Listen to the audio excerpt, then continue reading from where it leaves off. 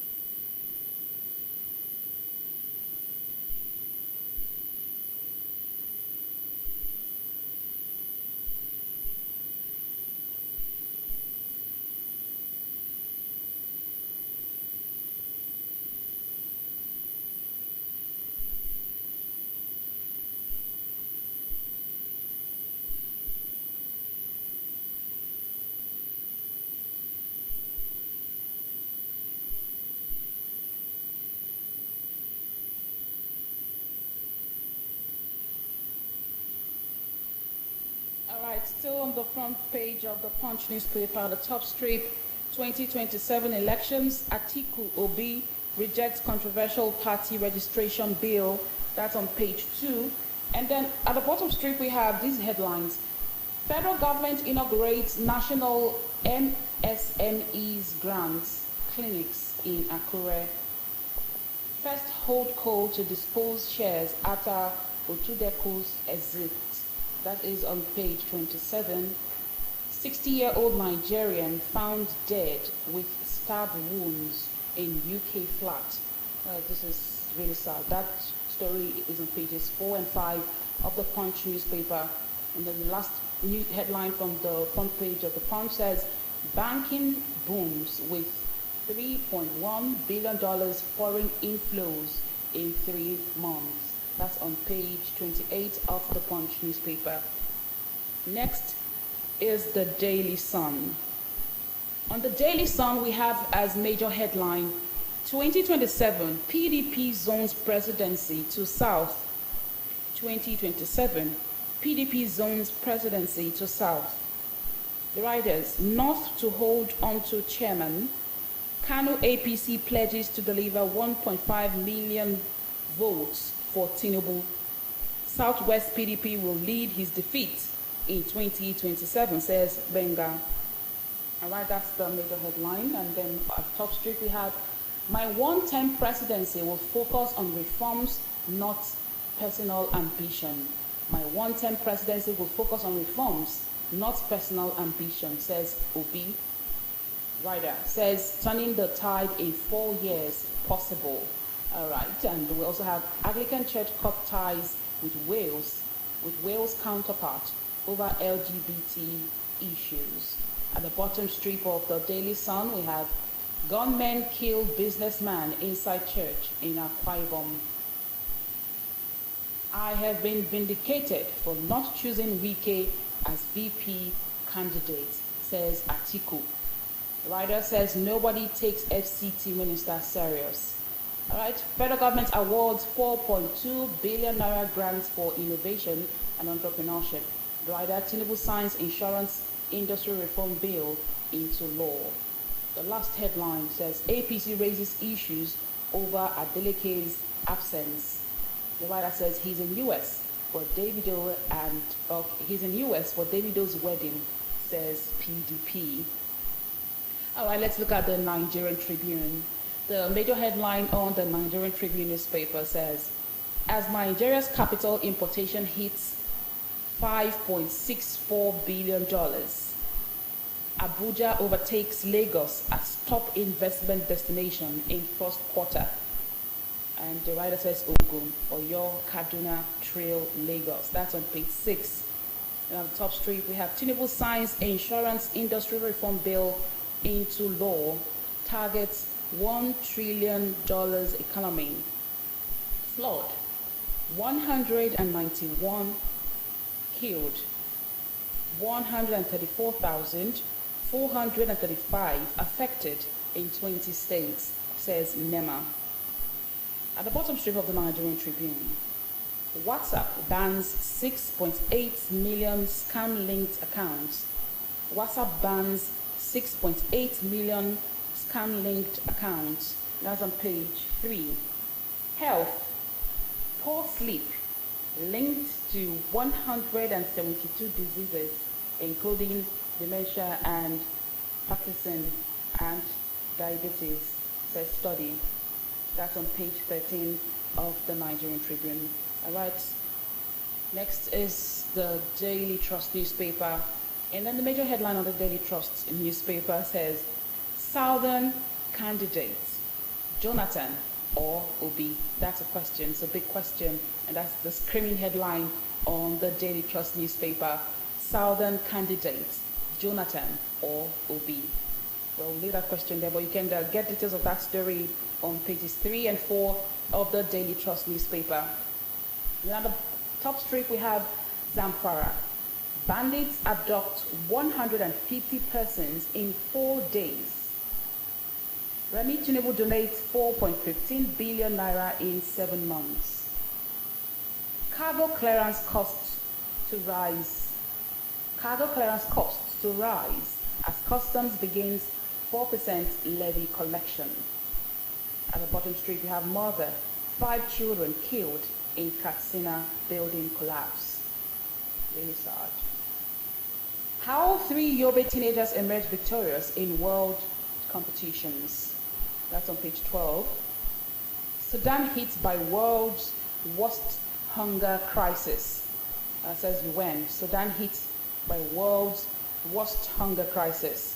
And then the last headline from the Daily Trust says, 22 persons killed in Niger auto crash.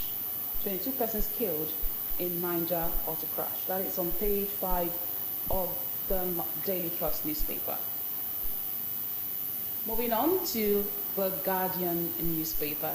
And on the Guardian newspaper, a major headline says, concerns over new customs levy, weak imports as car ownership turns luxury. Concerns over new customs levy, weak imports as car ownership turns luxury. The writer says importers take advantage of additional charge for price gouging. And that is on page 6 of the Guardian newspaper. At the top strip, we have recapitalization looms as Tinubu signs insurance reform bill. Recapitalization looms as Tinubu signs insurance reform bill. That is on page 3. 1.5 million children die of vaccine preventable diseases yearly. That's on news page 30. Oluremi Tinubu donates 1 billion naira to Niger flood victims. That's on page 30. At the bottom strip, we have Investors raise stake in Nigeria with $5.6 billion capital inflows in first quarter. That is on business page 16. And last headline from the front page of The Guardian says, ADC leadership crisis deepens as INEC chairman withhold backing. ADC leadership crisis deepens as INEC chairman withhold backing. And that is on news page 6. You can find details of that story on news page 6 of The Guardian newspaper. Next is the Daily Times newspaper. Let's check out the Daily Times now. And the major headline says, Court convicts 21 foreigners for hacking, orders deportation. Court convicts 21 foreigners for hacking, orders deportation. That is on page 2 of the Daily Times. Then at the top strip, we have one headline there that says, flood destroys 50 houses, schools, churches in Plateau. That's on page 8. Tinubu signs insurance reform bill to boost financial sector. That's on page 2 and is at the bottom strip of the Daily Times.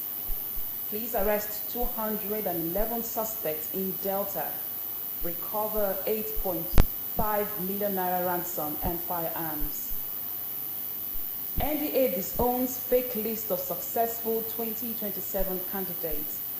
NDA disowns fake lists of successful 2025 candidates. That's on page 2. Africa requires $3 trillion to achieve climate goals, says AU. Africa requires $3 trillion to achieve climate goals, says AU. That's on page 12 of the Daily Times. And the last headline on the front page says,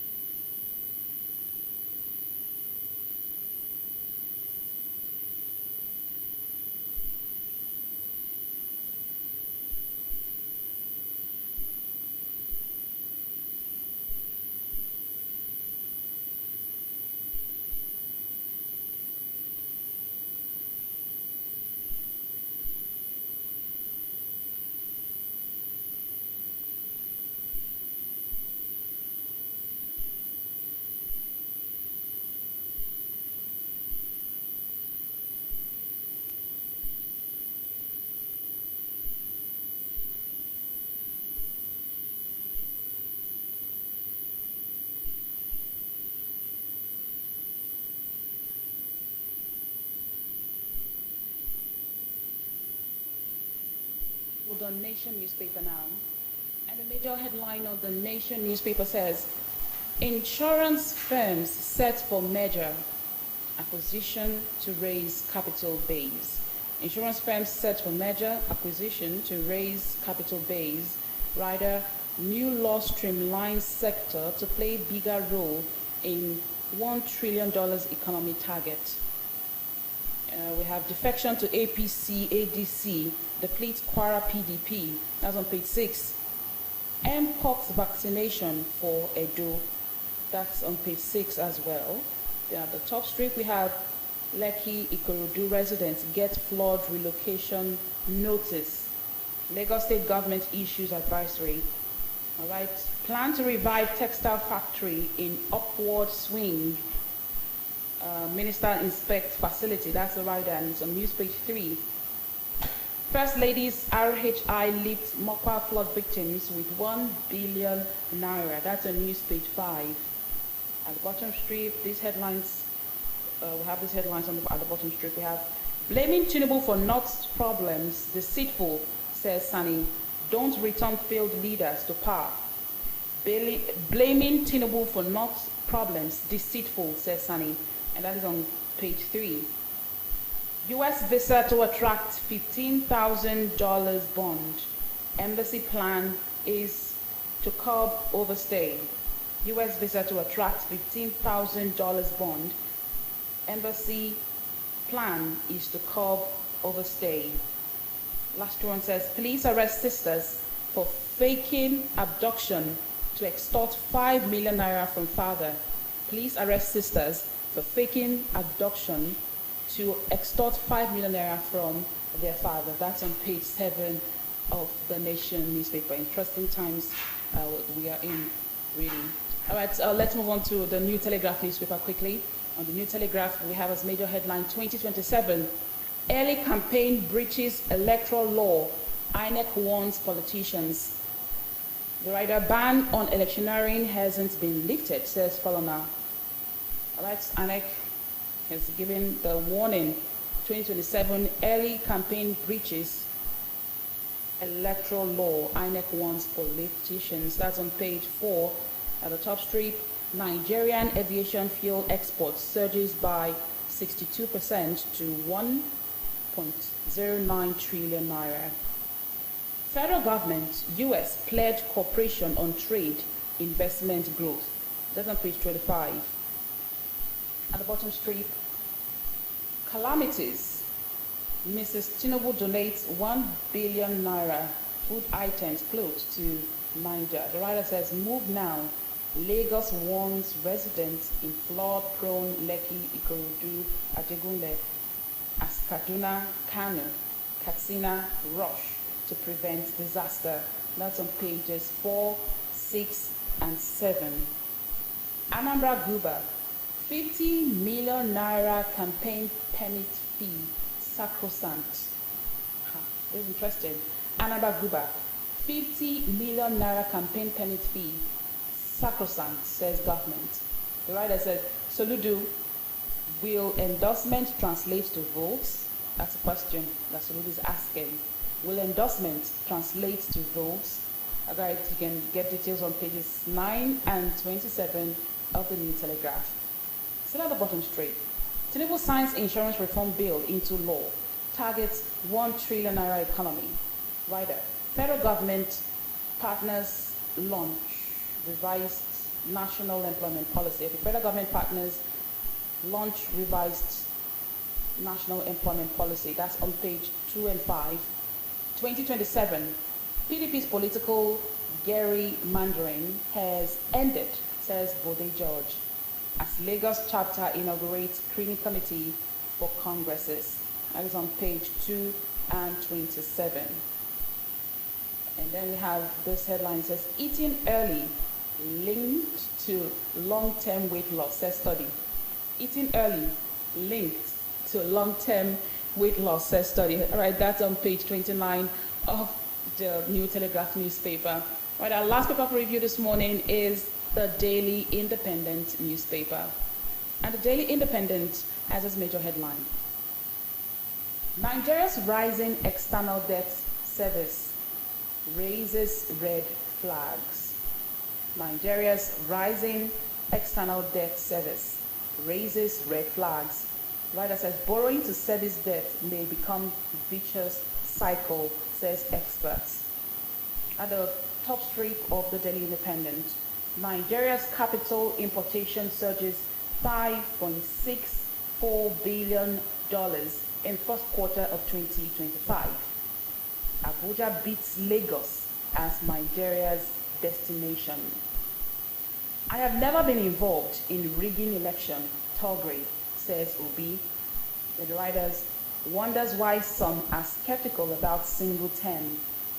PDP chieftain says any party fielding Obi has advantage. At the bottom strip, Nigeria faces health crisis, records 822 Lassa fever cases, 155 deaths. That's on page 7.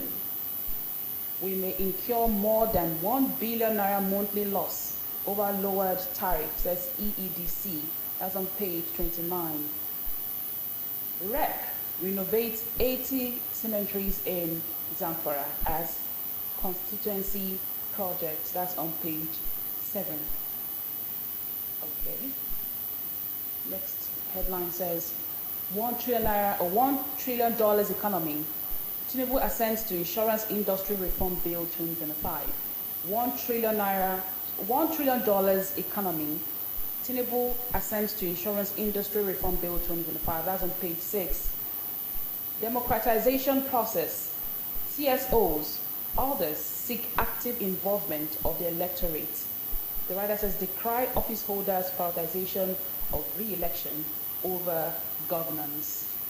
And the last headline from the front page says, couple jailed 22 years for drug trafficking in Lagos. Couple jailed 22 years for drug trafficking in Lagos. And that is on page 6 of the Daily Independent newspaper. And I will come back to the studio.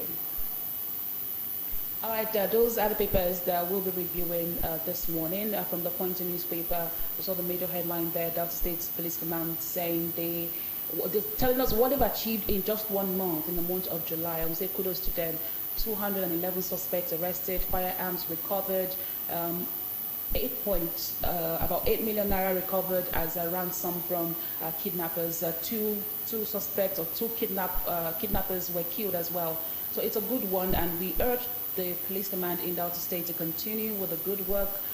They should be proactive and ensure that the lives and properties of Deltans are protected. So we say kudos to the Commissioner of Police here in Delta State, CP Abani Wanda. Thank you so much for the good work that you are doing, and also to the Delta State government as well for enabling the police officers to carry out their responsibility, carry out their function. Also, this is a plea to Deltans and to Nigerians as well to not withhold information from the police or from security operatives. If you see something that is not quite well or something fishy around your environment, if you see strange faces, strange movement, learn to call the police and make your report. Call them and inform them. Give them information. When the police come or security operatives come to your area and they're asking for information, they're investigating a matter, if you have an information that will help them, learn to reach out to them and give them this information, because it will help save the lives of Nigerians, and it may help save your life as well, because if you're living in a neighborhood, if you're living in a community where strangers can come in and attack people, one day it will get to your doorstep. So we have to be vigilant as well. All hands needs to be on deck. The federal government, the state government, community leaders, and we as Nigerians, we have a role to play as well. Other headlines from different newspapers. The Vanguard newspaper is focusing on the 2027 elections with Peter Obi, Labour, that's the presidential candidate of the Labour Party in the past election, saying that he will contest for the 2027 election, but he's just going to spend one term. He's just going to, he just wants to serve Nigeria for 4 years. And most politicians seem to have a problem with this statement by Peter Obi. Most of them have said he is lying. Most politicians just keep dismissing his claim. And he's wondering why they don't believe him. A man is saying, this is what I want to do. And you are arguing with him. It's his plan, it's his vision. He just wants to serve Nigeria. And he's still insisting that in 4 years that he can turn things around in Nigeria in just 4 years. Now, I don't know what your opinions are about that, but that's Peter Obi saying that single term, he's going to just serve single term. And the way the Vanguard newspaper captured it this morning says, 2027, Obi's single term pledge raises dust. Indeed, it has raised dust across different political parties and different politicians as well. And he's saying, the writers, a true leader can turn things around in 48 months. But looking at the challenges that Nigeria, the challenges we have in Nigeria, is it possible really to turn things around in 48 months? We don't know. Well, he'll tell us how he intends to do that in 48 months. And PDP is saying it is a threat to the 1999 Constitution. We don't know how that statement or Obi's ambition, we don't know how that is a threat to the 1999 Constitution. Well, still on, let's just focus on the 2027 elections, because INEC has come out to warn political parties, warn their candidates who had the ambition to contest for the 2027.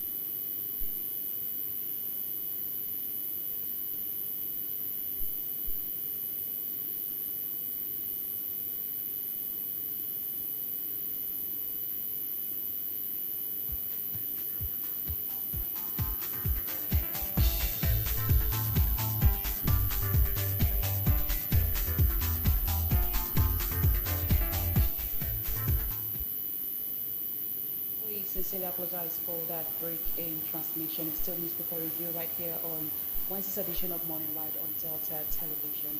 Well, most of the headlines are focused on the economy and 2027 elections, with INEC warning political parties and candidates that it's not time for elections, so they should not campaign and endorsement. We're seeing endorsements here and there, people endorsing the president for 2027 and making so many comments. INEC has warned, and we hope that they listen to the warning of INEC, because like the CSOs are saying, why is the incumbent administration focused on being re-elected in 2027 when they should be focused on governance? You are in power already and you have an advantage, so you should be more interested. You should prioritize governing rather than seeking re-election in 2027. Also, NIMET has given their predictions that in the month of August we're going to experience heavy rainfalls. The rainfall will be really intense and to be frequent. So INEC has warned. INEC's prediction says the northern states in Nigeria will be hit worst. So we urge people, Nigerians in the northern region of Nigeria, not just the northern region, all regions here in Delta State, Edo State, wherever you are, if you're living in a flood-prone area, please, it is time to start making plans to evacuate that place for a while, especially for the month of August and next month as well, until the rains come down, because NIMET has given its predictions. And do not take it for granted. You don't start asking where should I move to. Would you rather stay there and the flood comes and destroys your properties?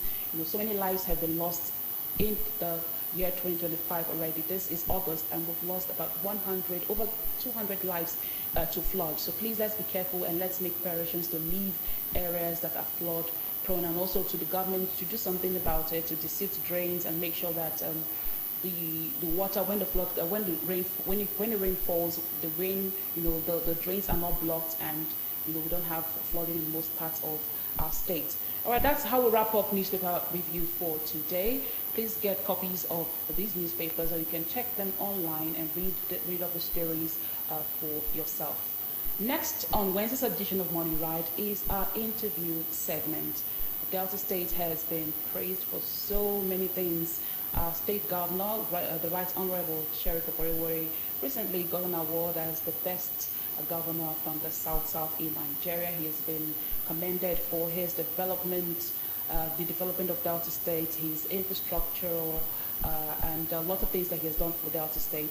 But this morning we'll be focusing on the state of the Delta State civil service. And so our guest is the head of civil service here in Delta State, Dr. Mini Nim Oseji. She's our guest this morning. So let's take this interview. It's coming up now as we look at the state of the Delta State civil service. Please enjoy.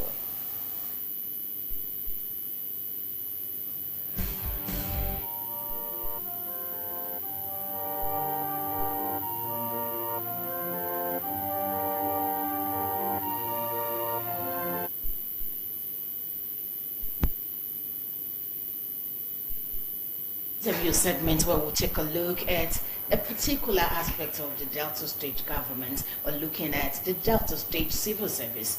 The Delta State civil service is very strategic in the Nigerian civil service, and of course the Delta State civil service, like you know, is undergoing significant reforms under the leadership of Governor Sheriff Oborevwori. This morning we have the privilege of talking to the #1 civil servant in the state on the topic, the state of the Delta State civil service. Ladies and gentlemen, please join me to welcome to the DBS studio the head of service, Delta State, Dr. Minimim Oseji. Thank you very much. Good morning. It's good to have you on Morning Ride. Yes, thank you. And I think that's the first time. Congratulations are in order. Thank you. Welcome, ma'am. Welcome. Okay, so let's kickstart with you giving us a general overview of the Delta State civil service. We have a very robust civil service, over 40,000 civil and public servants, and they are very strategic in the development of the state and in supporting the more agenda of His Excellency, the Governor, Right Honorable Sheriff Oborevwori. So a lot of people, there's this slogan that says, the civil servants, civil service, they are the engine room, and some say they are the engine of any state, any development, and more we continue to realize their strategic position, and we are happy to say that the civil servants, the public servants in Delta State, they know their onions, and all they just need is an enabling environment to bring out the best versions of themselves. All right. That's an enabling environment for them to bring out the best versions of themselves. We are aware that you, in less than 100 days, give yourself a very big task of 20.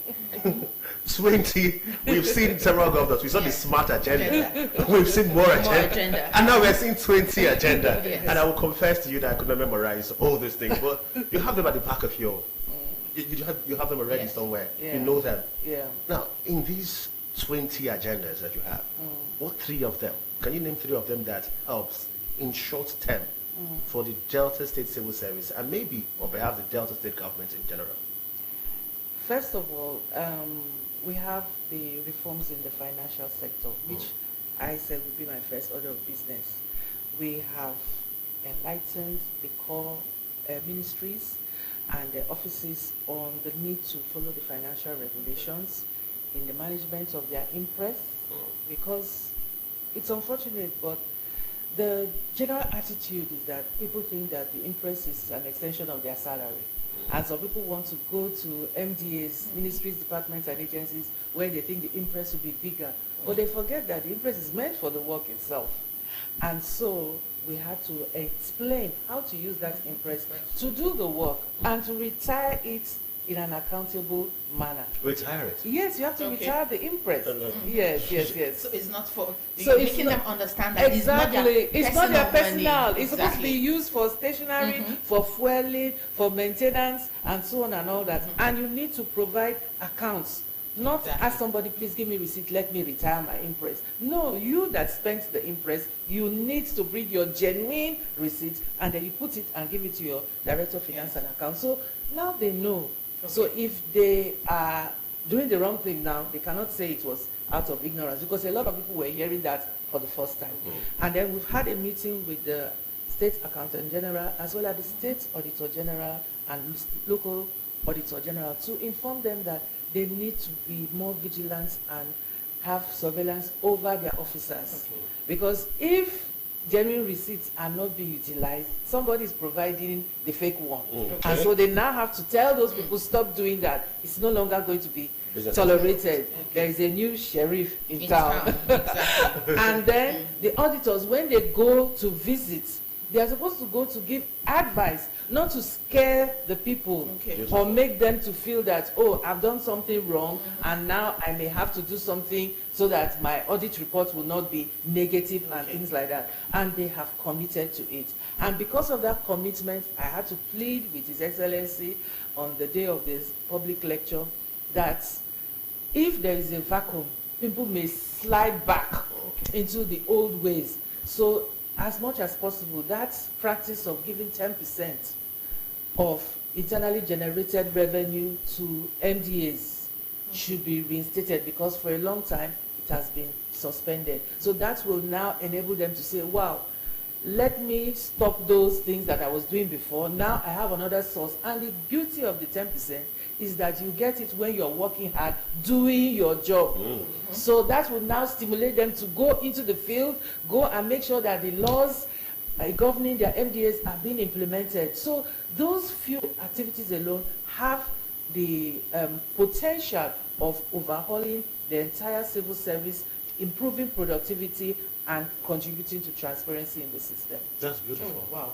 Okay, so beyond this you mentioned now, there are 20 point agenda. Yes. We want to hear more, because this is your first take on this job. You are in the first month of you're being the head of service Delta State. Let's hear more of such reforms. We've been able to do the quarterly meeting. We've had the first quarterly meeting that was done within the first 1 month with permanent secretaries and heads of extra ministerial departments.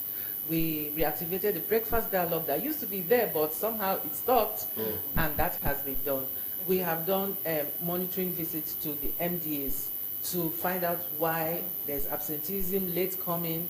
We have strengthen the Department of Planning, Research and Statistics. We are also encouraging them to enter into partnership with proponents, but let them do pilots and use an acid test, because once you get into a new office, there is always usually a deluge of proposals. People say, oh, we want to do this, we want to do this, and so on. And sometimes it can be difficult to know which is which. So you tell them that, ask the proponents, where have you done this before? How much did it cost, and what was the impact? And when I discovered that, I asked people there, I found out that sometimes they want to pilot it in Delta State. They've never done it elsewhere. So it may not even work. So that is the way you weed out those that are just, charlatans, I'm sorry to say, from the real people that know their onions and have something to contribute to the state. But in another way, you can tell them, okay, can we do this in a pilot office or in a pilot community? And then when we see the results, we'll be able to scale up. So taking digitization, for instance, that is one area where we are getting a lot of proposals to become paperless, like a few other states have started, and even the Federal Civil Service has gone very far. Unfortunately, many of the proposals we are seeing seem to be padded. They lack content. So I have told almost all of them that have come in contact with, please, you have to do a pilot, and the pilot should not go beyond this particular amount. If it works, then we can scale it up to other places. So that is where we are. Then we have the Agric project. That one is so close to my heart. And then we have been able to partner with the Ministry of Agric and Natural Resources. They've given us some contacts which we are talking to, and hopefully we should be able to do something similar to what the Ministry of Agric is doing. They've called for neighborhood farming, and they have asked people to collect forms, and we want to see how we can support some civil servants as a pilot start, and based on that we can now talk about expanding. They are doing things like that in Niger State, they are doing it in Katsina State, and it is something that I believe we can do in Delta State. Okay, number 15 said expand the management committee or management, something like that, right? Yes. And then there's something about civil service club. Yes. They had me wondering what that meant. We had to be very strategic in how we presented those initiatives. We have initiated, but we have not completed. Okay. So for the Civil Service Club, we had to ask for what was going on. And I was very happy there was good institutional memory, and they brought the file. And in the file, we found out that there was a memo to Ministry of Housing. The plot has already been allocated, but somehow the construction, the whole proposal or the memo for approval to start work just got halted. I don't know why, so we have represented it. So it's now to follow up and hopefully get His Excellency's approval. So just that alone is a start. That was also how, by the special grace of God, we encouraged my predecessor that we should set up a committee for additional housing units for the permanent secretary, in the permanent secretary quarters. They had only 11. And he took our advice and set up the committee. I was the chair of the committee. We got the report, and the report was presented. And even before His Excellency, once His Excellency got to hear about it, he told the Ministry of Housing to come up, and there has been ESCO approval for that. So that is just to show that the governor is really interested in making the civil servants feel happy. And all we need to do is to get Ministry of Housing to get the memo, and we'll now have the express approval. Doctor, So, yes. There is, yes. So that's for the club. Yes. Then you said expand the committee. Yes. Now that Maximum committee used to have about 10 when I joined. And now people have retired, including the former chair, that is Mr. R.O.E. Bayoko. Okay. And so we have 5 now. So we need to expand, and we've sent the memo to What's the His committee Excellency. about? What's the committee about? The Senior Management Staff Committee is the committee that handles promotion of senior staff and also disciplinary matters, particularly of senior staff. So we meet several times in a year to deal with those issues. For promotions, usually it used to be twice a year, but it's now reduced to once a year, but several times. So the innovation we are going to bring as we get His Excellency's approval for the expansion is that after we have carried out, either we've had a panel to look at disciplinary issue, or after promotions, because I have been involved in about 3 or 4 promotion exercises, and I used to see a lot of gaps. And I used to wonder, is there a way the management committee can now come out as a think tank and advise the head of service on how to fill those gaps? Okay. So this would be a beautiful time to do that. So Okay. when we are done with the promotion exercise, we say, education officers, we saw that there was this gap. The legal counsels, we saw there was this gap. The electrical engineers, we saw what can we do to fill that gap, so that the next promotion exercise, when we are interviewing them and asking them questions, we will see a huge improvement. All right.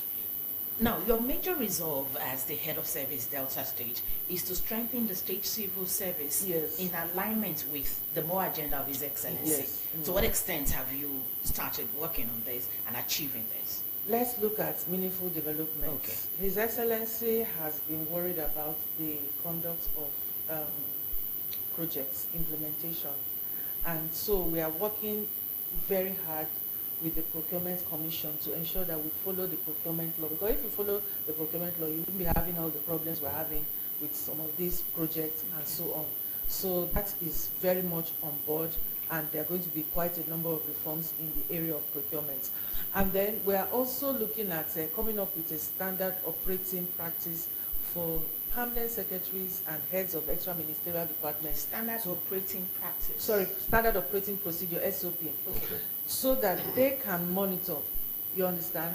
Like when I was a permanent secretary, when I go for monitoring, whether in environment or in health, I go with the bill of quantity of each of those projects, so that I make sure that they are doing things to specifications. So all PAMSECs and heads of extra ministerial departments have to get into doing that. That will contribute to meaningful development. There are opportunities for all. Digitization has helped. For instance, the quiz that we just had, on Saturday, the second prize winner, who unfortunately could not come because of the distance, is in a far-away community in Warri North. We love that. And she said she had to go to a nearby hospital that had Wi-Fi to participate. Oh. She didn't know she was going to be the second prize winner and win 50,000. So what we are saying is that that's opportunities for all, wherever you are. You know, realistic reforms, all these reforms, I give you an example, like this time book that we are insisting every MDA should have. That will help us check those who are signing the attendance with the payroll and pick up ghost workers. And that will contribute to the issue that the Civil Service Commission is already handling, the screening. So we have a situation where before we initiated that, I wanted to find out whether the PAMSECs, what their own practices were. So we sent out a rapid survey with a Google form to ask about these things. And I was surprised to find that the majority of the PAMSECs indicated that they do have a time book and they do sign. Okay. So even though they were, I used to sign all the period I was PAMSEC, but I wasn't sure other PAMSECs were signing. So when we found out, and I was happy. So that gave me the confidence that if we introduce it and make it mandatory for every MDA to have a time book, that they will be on board. Okay. So that is a realistic reform. We had to do the survey first before we came up with the reform. Okay. And of course, enhance peace and security. We are advocating for greater surveillance. We are advocating for people to be able to send suggestions using suggestion boxes. So I have asked the Servicom nodal officers to tell us their MDAs that do not have suggestion box, so that we can work with the special advisor to the governor on Servicom to make sure that every MDA, so that if you see it, you say it, and that will also help to deal with that. All right, that's quite big. And when you mentioned ghost workers, I thought about something more. And that's what I termed soulless workers.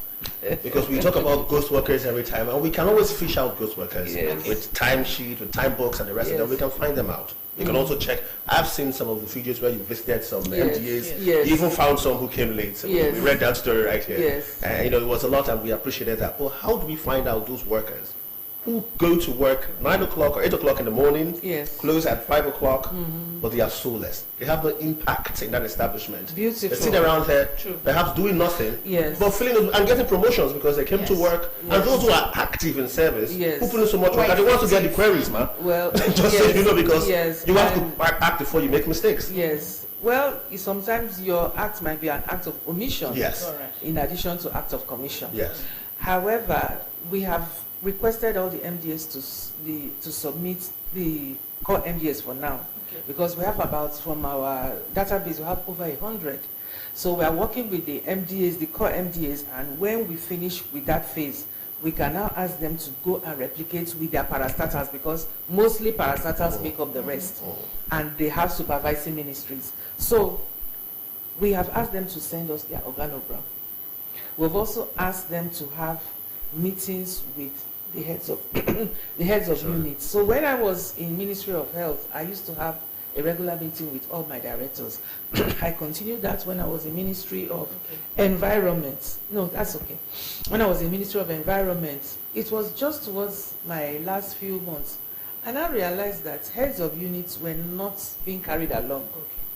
So I had to have a meeting with the heads of units, and I saw a lot of gaps, and I regretted. I said, if I had known, even if it was annually, I would have been having a meeting with the heads of units, so that I know whether the things that I share with the directors get cascaded. And then if you now find out from the heads of units are supposed to deal with all their staff. So through that, you'll be able to pick those who are redundant. Then I also encourage that you should not have more than one unit to a head, because I've seen situations where one person in a department is heading like 3 units. Meanwhile, there are other people of almost the same cadre that are not doing anything or heading anything, and so those ones may likely be redundant. Now, yesterday I had, because one of those 20 things is strengthening the departments of planning, research, and statistics. In the 2020 executive retreat we had, there was this complaint that why is it that the Department of Planning, Research and Statistics only does procurement? Why don't they do research? Why don't they do statistics? Why don't they show evidence of planning? So I took the challenge and I started a volunteer program to strengthen the Department of Planning, Research and Statistics in the Ministry of Environment, and it worked. They became alive. Everybody was on board. So that is what we are now scaling up. So yesterday I had a meeting with our own Department of Planning, Research and Statistics, because I said I have to first evangelize my Jerusalem before I go to my Judea and then Samaria. So we met and I asked for the nominal role, all 33 of them, and one by one, from the director down to the last person, I was asking them to account.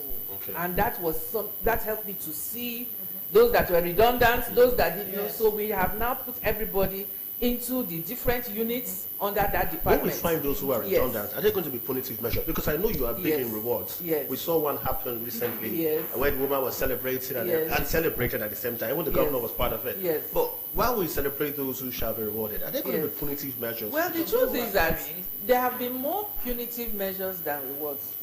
And because I look at a situation where you have people that get let's put it this way: people get promoted, whether they are very productive or not. So that was why, right from when I became PAMSEC in the Primary Healthcare Development Agency, I instituted a reward system for best performing staff and so on. I continued in the Ministry of Health, and I finalized in the Ministry of Environment. So that's okay. Thank you. So what happens now is that we did that because we felt that those who are productive, rather than get their usual promotion like everybody else who is either productive or not, let them get something extra. And then the person who doesn't get any prize all through the period that I've been with them, that is now automatically like a punitive measure. You say, oh, I didn't get a prize, you start feeling bad. Then you now say, I will work harder. Now the other issue is that the issue of those who are ghost workers, or those who are redundant, or those who don't come. Some may be because of health reasons. You understand? And that's why if there's a health issue that makes somebody not to be in the office for more than 3 months, you have to set up a medical board. You understand? To find out if this person should continue the service or if the person should just voluntarily exit the service. But a lot of people don't know that. So very soon there's going to be an advisory on sick leave, so that everybody knows if you are sick, this is the situation. If you want to go beyond 3 months, there's a circular that says you stop having your pay. In a period of 12 months, if you're going to be away, because some people may have terminal illnesses or very chronic illnesses like cancer, and they need to be on treatment for more than 3 months. But that is what the circular Look, says. if that happens, what happens to the person? Because let's be very clear. No, the person they will just stop the person's salary, but the person will not retire.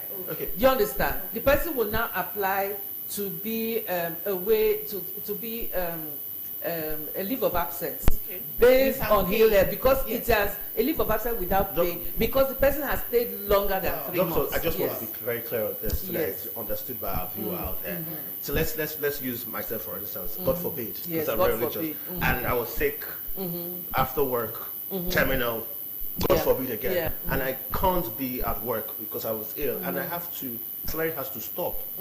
That should have been the strength of getting drugs, food, helping my children surviving. Would that not somehow be insensitive or harsh No, to the sick person? it cannot be because by the time you were even recruited, you had to do a medical test Okay. to show that you are fit For the to do job. the work. Okay. So if you use that, number one, it can be abused. A lot of people will claim they are sick, meanwhile they are abroad or somewhere and That's so on true. and all Okay. that. So what we're saying is that the person can be reinstated whenever. And that is why, even though we have an insurance scheme, the insurance scheme appears to handle 80% of common illnesses like malaria, respiratory infections, and then, of course, the pregnant women under 5 children, and so on.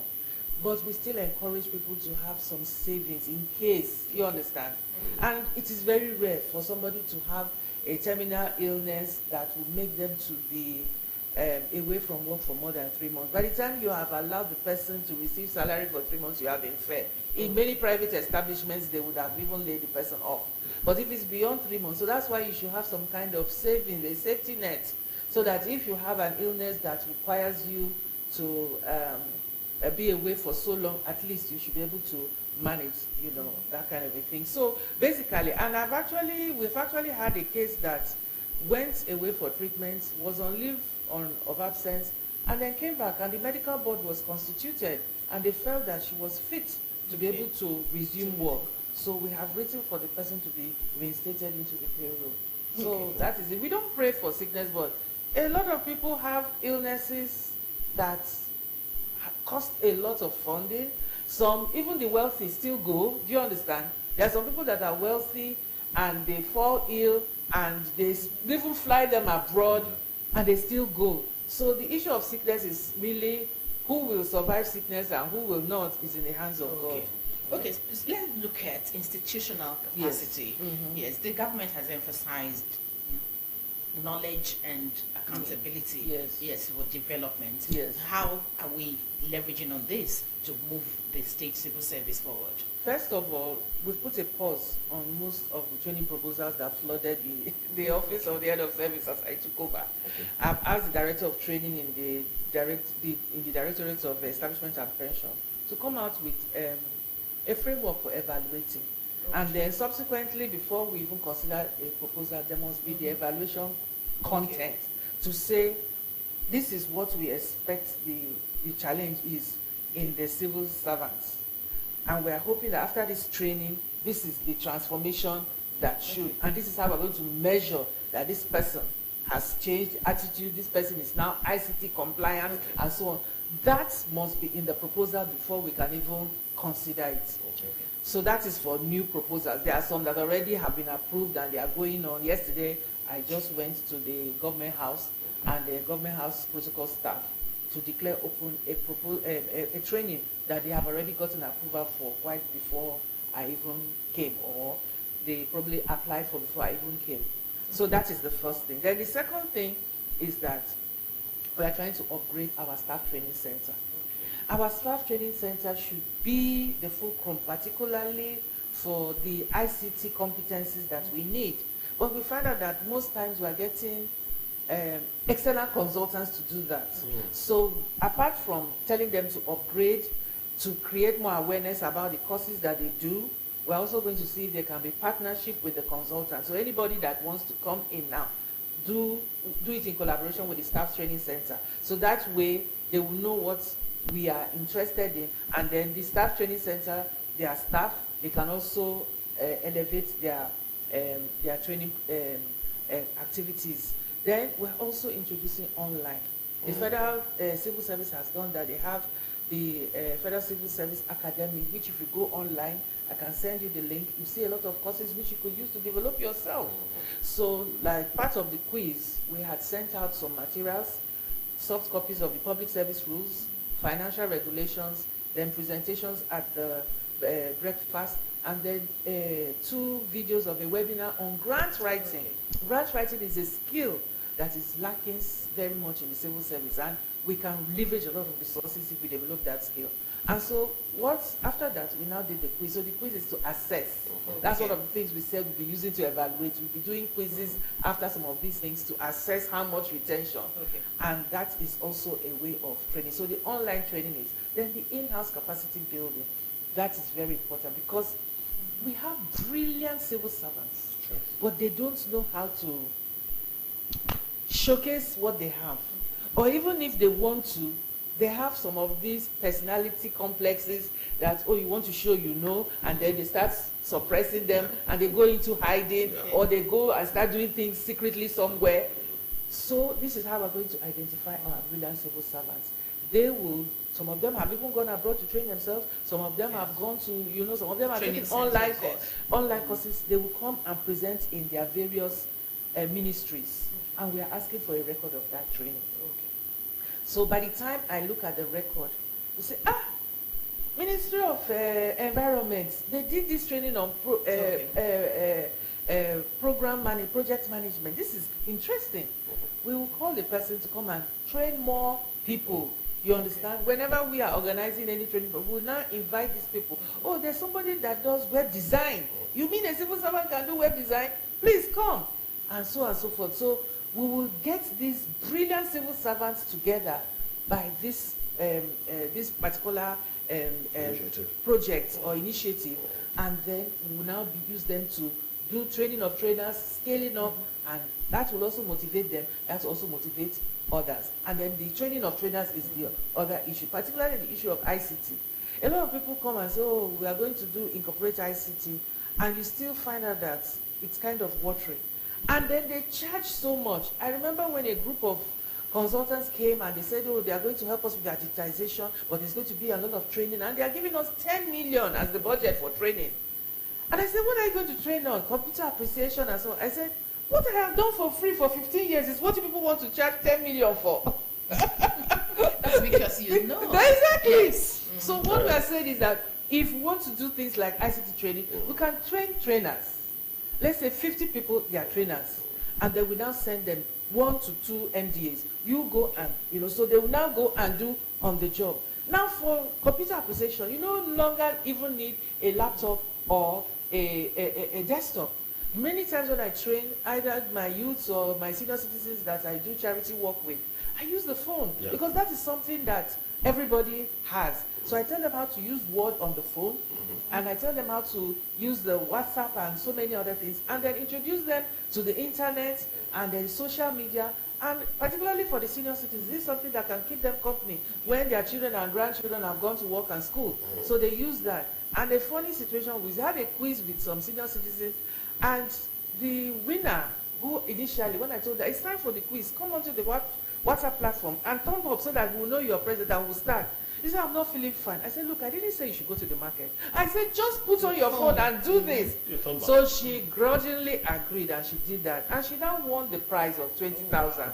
And she started screaming. And her grandchild said, Granny, why are you shouting? Say, I won 20,000. So, when did you win 20,000? You were just pressing your phone. And it was a beautiful story. So these are the things that we want all our civil servants to do. Because if we are digitizing, everybody has to be computer literate. The security man has to be computer literate because all his information about his promotions and so on will come from the digital process. The cleaner, the sweep, the person sweeping, and everybody from level 1 up to the highest level. So the sooner the better. And these are some things that we may need to do on the job. It's not the kind of things you just bring people to the class and just talk to them on the, with the PowerPoint. Yes. These are things that people have to go to the various MDAs and Okay. train. Very brilliant ideas when we talk about Yeah. institutional capacity. Yeah. Now, I want us to harping on what you said concerning the use of the training center. Yes. Yes. How much do you think civil servants from the top, right, from the very Yeah. top, how much do you think they will perceive and accept this reform coming from you at this time, before when they're already used to the norm of, oh, we spend big monies for trainings outside here or outside the training center? Okay. Yes. That's a good one. I thought about that, but I haven't found a way around that yet. Okay. But what I at some point I said, I have mentioned to some people that we might, I haven't said we will, make it a criteria that before you go for outside training to Abuja, Lagos, Abeokuta, wherever, you should have shown evidence of being faithful in the in-house ones. So that will make sure that that system is in place. So it's not as if we're abolishing. We just said we are putting a pause. Okay. And then with time, I believe that we can still get the same results, but with a different method. For instance, how many people do we send out to go for training and they have to stay like 1 week and all that? I've seen some proposals like that. Some were represented and so on and all that. If we calculate how much, you'll be surprised that we can still get people, but not to go for those things, but to go for state-of-the-art, you understand, innovative things that can change.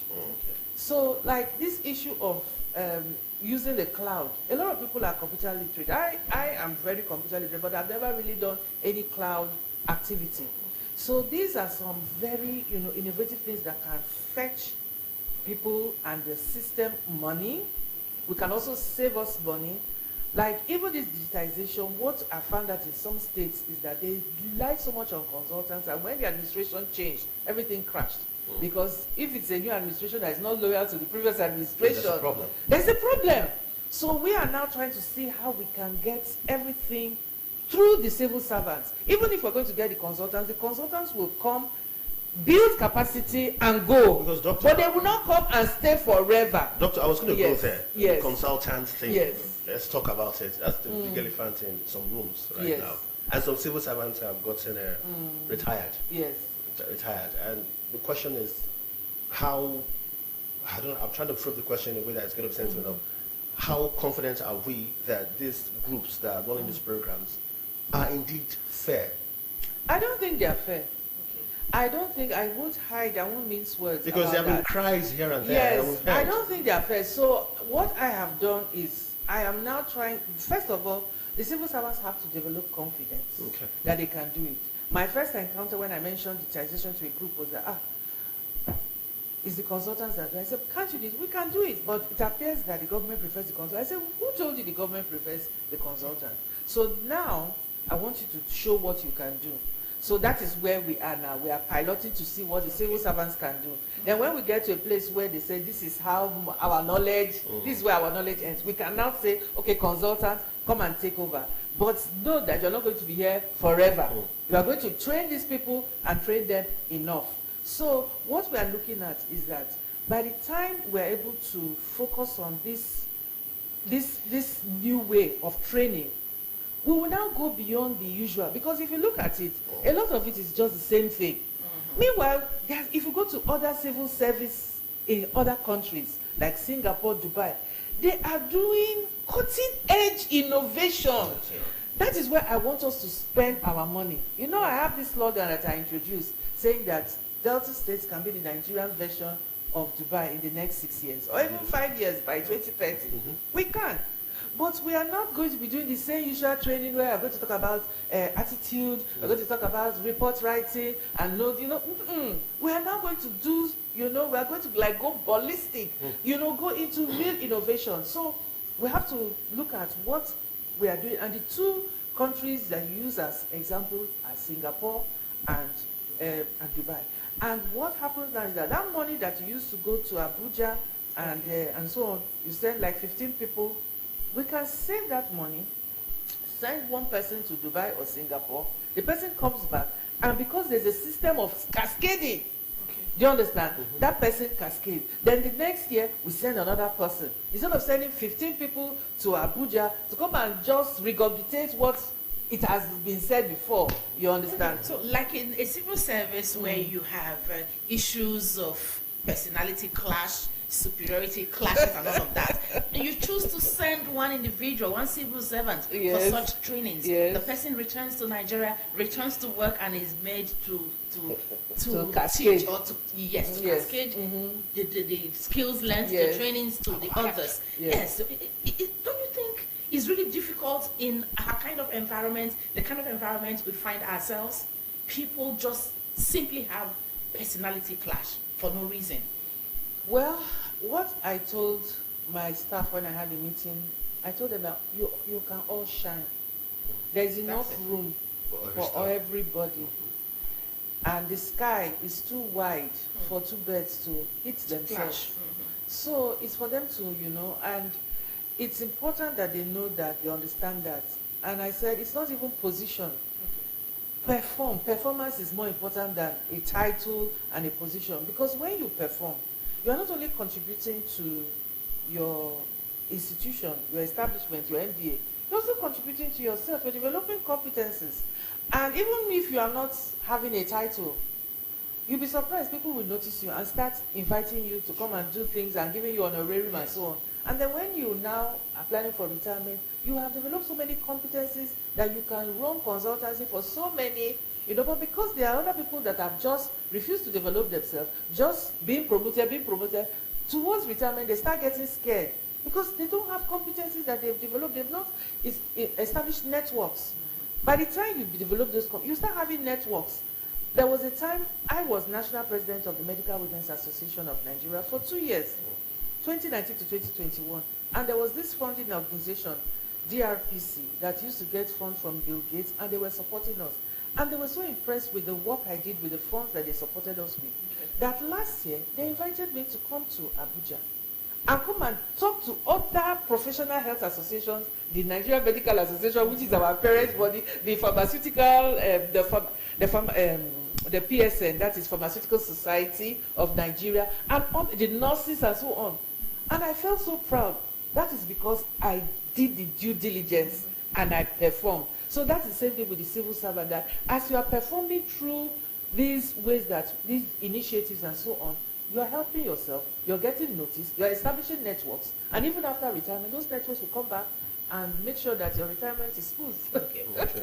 Okay, thank you. But I'm still going to go back to my Yes. question, because somehow you started talking about how we can build our competencies Yes.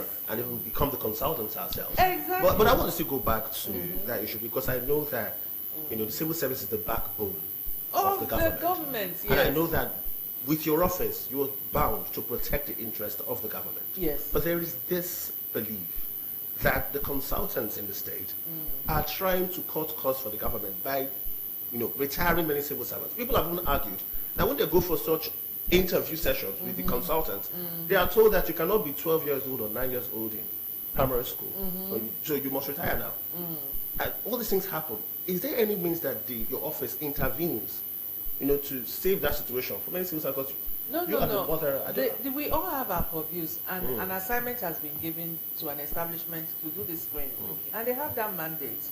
If anybody feels they have been unjustly retired, they can protest, and when they protest, then they can be reviewed. What channels are they going to use for such protest? They can write through their original ministry to the head of service. I've seen a few like that. In fact, there was one that protested before we could even do anything about it. He presented his correct documents that supported his original age, and he was reinstated. Okay. So that is just the only thing that can be done for now. Because I want you to have that confidence. And second, my other thought here is, you've mentioned about competences for senior staffers. Mostly, many of them are retiring. We spoke this morning, Onomi and I, we spoke about the good old days of employment, when civil servants too would come out really big and stuff. I can't see a level 16 civil servant. You see a powerful personality, one who is padded by that comfort, or being the backbone of the government. But what we see now, even level 17 workers are struggling.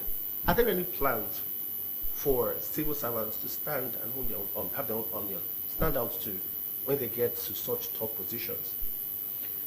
Well, it's a sad thing that the economy has taken such a big hit with the two big attacks. One is the removal of fuel subsidy, and the other one is the inflation and the currency. Yes. Nigeria's currency is so poor, even compared to other African countries. Look at Ghana now. Ghana, 15 Ghanaian cedis is $1. Nigeria is about 1,600 naira to $1. In Zambia, I was in Zambia last year, and the Zambian kwacha is 26 kwachas to $1. So if other countries are doing in 2 digits, why are we doing 4 digits? 1,006, 1,005. That is a problem. So what I would encourage a civil servant to do is, first of all, you can invest in agriculture, because that is the only one that majority of the civil servants can engage in legally. Yeah. Anything else. Then when you start having older children, if you can finance them to go into business, you understand? Businesses that are profitable. Now, the truth is, if your child at the age of 20, let's say, becomes independent, it's able to set up a business. By 25, he's already off your hands. And even if he doesn't come to give you anything to daddy or mommy, the fact that you're no longer paying his school fees, you're no longer feeding him, you're no longer having to give him pocket money, that is a load off you. Then, by the time you now retire, you can even go into collaboration with that same child, and it will not be you breaking any public service rules. I hope you understand what I'm saying. So it's a win-win. I think that is the best I can offer for now. I have 4 children. The oldest is going to be 31. The youngest is 22. None of them are civil servants. But right from their youths, when they were still in university, I encouraged them to invest. I encouraged them to try different things. And right now, my son is setting up his own company in Canada. That's beautiful. So even if he doesn't give me anything, the fact that he's independent is Gives enough. you everything. It gives me everything. All right, so this will bring us to the issue of welfare and benefits for civil servants. Yes. And that vis-a-vis loans. Yes. Usual loan schemes, car loan, I've housing. been waiting for that. Okay, now here it is. Okay, so Well, vis-a-vis. yes, let me just quickly loans, go into okay, that. yes. So I got there and I didn't have a foggiest idea of what they were talking about. I told them, give me a brief on this vehicle and housing loan. They gave me a brief. I read it. I couldn't understand what they were talking about. So eventually, I kept probing and investigating until I now saw where the problems were. Okay. There were a lot of problems, and we are dealing with the problems. But I want to use this opportunity to let the public know that I have asked the permanent secretary, who is the chair of both committees for vehicle loan and the housing loan, to give me the list of those who have had their loans approved for payments, and he has done that. I'm about to look at it to come up with some recommendations on the way forward. I've also asked for the list of all those who applied, and they should put it in a tabular form with the date of application and when it was approved, or if it was not, if approval is pending, and all that information. So very soon a circular will be going out to all the public servants that if they've ever applied, they should come to the office of the head of service to verify with their documents, so that in case what has been prepared, there are errors, we can identify those errors. And from then on, approvals will be on first come, first served basis. Okay. Would that be Sounds okay? nice, yes, it sounds really nice because there has to be a way out. Yes. All right, let's look at, I want you to speak to the ongoing screening exercise for senior civil servants. Yes. A lot of nerves have been frayed. People, we hear some persons have lost their lives. Just speak to it. What's this exercise about? To what extent will it impact the civil servants, especially the senior civil servants that are already in this exercise? Well, I must say that I will start from the dinner that we had, courtesy of the governor, the first in the history of Delta State Civil Service.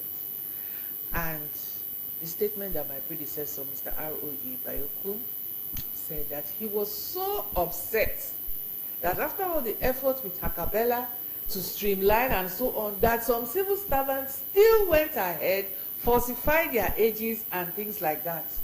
And it was, you could see the chagrin, the dismay, the sadness. And I think I have taken over that sadness, that we should have civil servants who will change and continue to change because they could, because the system was so fluid and so, it allowed for such. Porous. Yes, so Okay. porous. Okay. So this exercise is a welcome development. It's a welcome development. People are abroad and they are earning salary. You understand? It's wrong.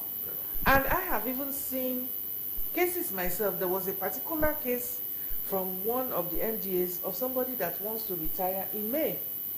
And I'm aware that the person is abroad because I have been corresponding with the spouse.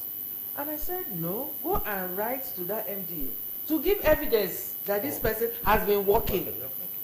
And if they don't do that, we are going to investigate further and make sure that the person is retired at the last time there was evidence that the person actually worked, Okay. and the person will have to refund any money, maybe from their benefits or whatever. So if I don't get anything from that MDA because I've instructed that they should write, we will now hand them over either to the screening committee or we set up our own committee to deal with it. So it is painful. It is because of the fact that a lot of people have abused the system. A few people may, how would I put it, maybe kind of be scapegoats, and something may go wrong. But I want to believe that, like I said, there are measures to remedy anything that might have been done in error. If they see that there is any error, the person can be reinstated and so on and so forth. So it is something that needed to be done. And I want to appreciate His Excellency for having the courage, because I know that a lot of people must have come to cry to him and so on, but he has put his foot down and given 100% support to the committee that is handling this. And I want to also commend them for a job well done. All right. Okay. In line with the federal government's plan to make a people-centered public administration system, Yeah. what is Delta State doing to ensure that MDAs are accountable to the people?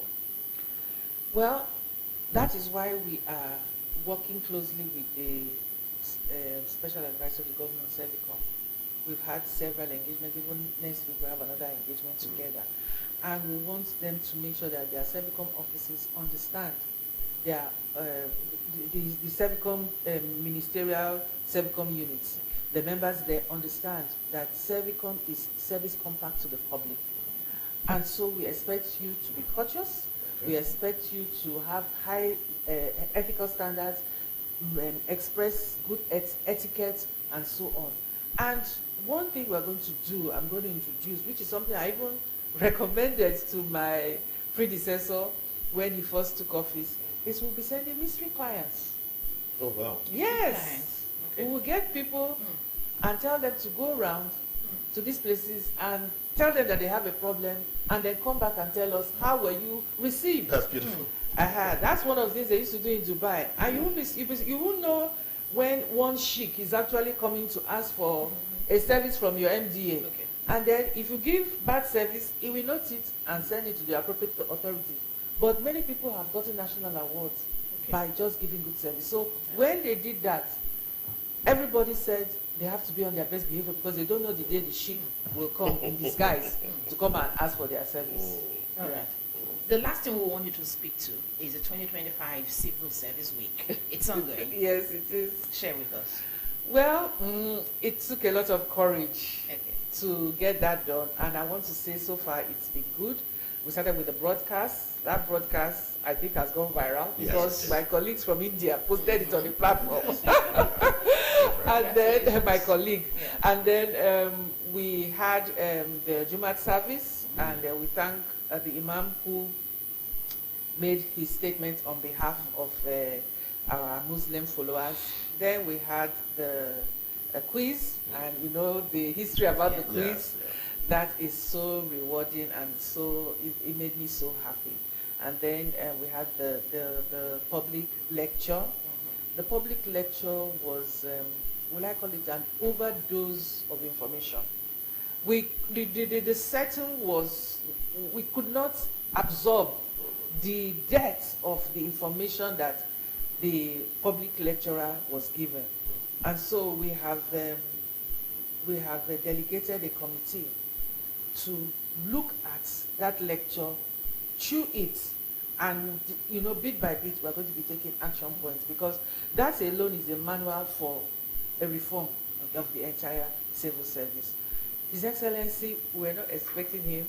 Initially, we were told that he was going to be the deputy governor, and then later on, we were told that the Excellency was coming, and he was the icing on the cake.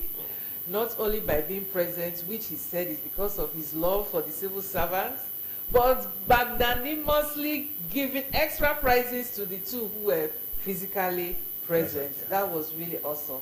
In fact, the platform, the Telegram platform that we use for the online quiz, people are just coming on now. It's like everybody is waiting for the next Yes. quiz. So that was really great. And I want to use this video to appreciate the Deltans, the civil servants who came in spite of the rain. It rained heavily, but the hall was filled and there was overflow to the canopies. I was so happy when I saw that crowd. And so it went well. The next thing we have tomorrow is a golf tournament. It's just a novelty tournament. And because we feel that apart from football, that we should have other forms of sports that we should encourage civil servants to do. The last one will be the football match. We have not fixed a date for that. We're trying to still get our logistics right. So I think we've done very well for the Civil Service Week. Yes. Okay. Thank you very much. You're very welcome. See a woman who knows her worth, who knows her honors, who is doing best in her profession. Dr. Mrs. Minimim Oseji, MBBS, FMCPH, FWAP or FWACP, GTMH, GS, DHSM, MPH, HSR. One woman, all of these titles. I want to say thank you to you, the head of the Delta State Civil Thank Service, you very for much. coming to shed light on all of these Thank you issues. for having It was me. so beautiful, man. Thank you, Thank ma. you. Thank you so Thank you. much. Thank you. Thank you, sir. Thank you, madam. All right, you can follow us on Delta Television on our social media handles, Facebook, Instagram, Telegram, for details of this interview in particular. It caught our attention and the attention of civil servants in Delta State. Ladies and gentlemen, Wednesday's Morning Ride drops right here. Thank you for coming along with us. Onome Iyaru here, signing off. Francis. It's good to have been here, and it's good to remain here. Delta Television remains the people's pride, so stay around, stay on this dial for wonderful programs and information on state television. I'm Francis Ofulue. Goodbye.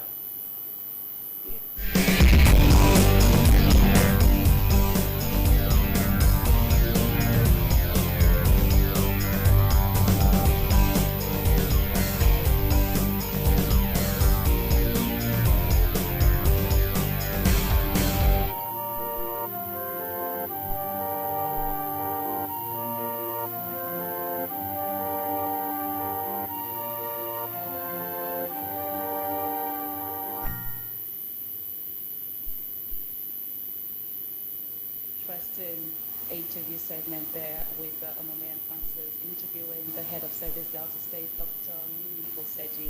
It was really refreshing to hear the plans that she has for civil servants and her vision for the civil service in Delta State. We really appreciate her time and her dedication to moving the Delta State civil service forward. That brings us to the end of our interview segment and of course Wednesday's edition of Morning Ride as well. On behalf of the production crew and the entire staff of Delta Broadcasting Service, this is Blessing Usiagbaga, thanking you for staying tuned with us this morning. Thank you for tuning in, and thank you for starting your day with us. I wish you a productive day, and do want to join us tomorrow, bright and early at 7 a.m. for Thursday's edition of Morning Ride. Have a lovely day.